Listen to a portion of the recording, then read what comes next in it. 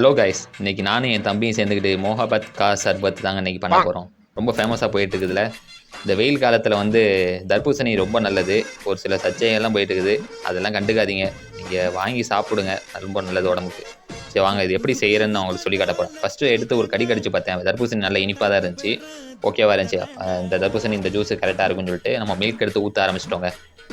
ட்ரீட்டஸே நம்ம 1/2 லிட்டர் பால் தான் எடுத்திருக்கோம். ஆக்சுவலி ஃபுல் ஃபேட் மில்க் தான் எடுத்திருக்கோம். அதோட அளவுக்கு ஏற்ற மாதிரி வாட்டர் ஆட் பண்ணியாச்சு. அதோட சேர்த்து syrup, rose syrup add பண்ணியாச்சுங்க.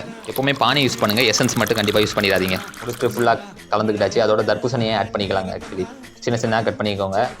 Taste பார்த்தேன், கொஞ்சம் கரெக்டாக தான் இருந்துச்சு. அந்த தர்பூசணி பத்தலன்னு சொல்லிட்டு இன்னும் கொஞ்சம் ஆட் பண்ணிக்கிட்டேங்க. வாட்டர் மெலன் ஆட் பண்ணதுக்கப்புறம் நான் ஒன்று ஆட் பண்ணேன். என்னென்னு கேட்டிங்கன்னா ஸ்ட்ராபெரி ஃப்ளேவருங்க. அதுக்கப்புறம் என் தம்பி டேஸ்ட் பண்ணி பார்த்தான், சூப்பராக இருந்துச்சு. அதோட நான் டேஸ்ட் பண்ணிட்டேங்க. ஆக்சுவலி டேஸ்ட் பண்ணிட்டு நம்ம ஃப்ரிட்ஜில் தூக்கி இதை வச்சுட்டு அடுத்து சாப்பிட்லாங்க. Tata, bye bye.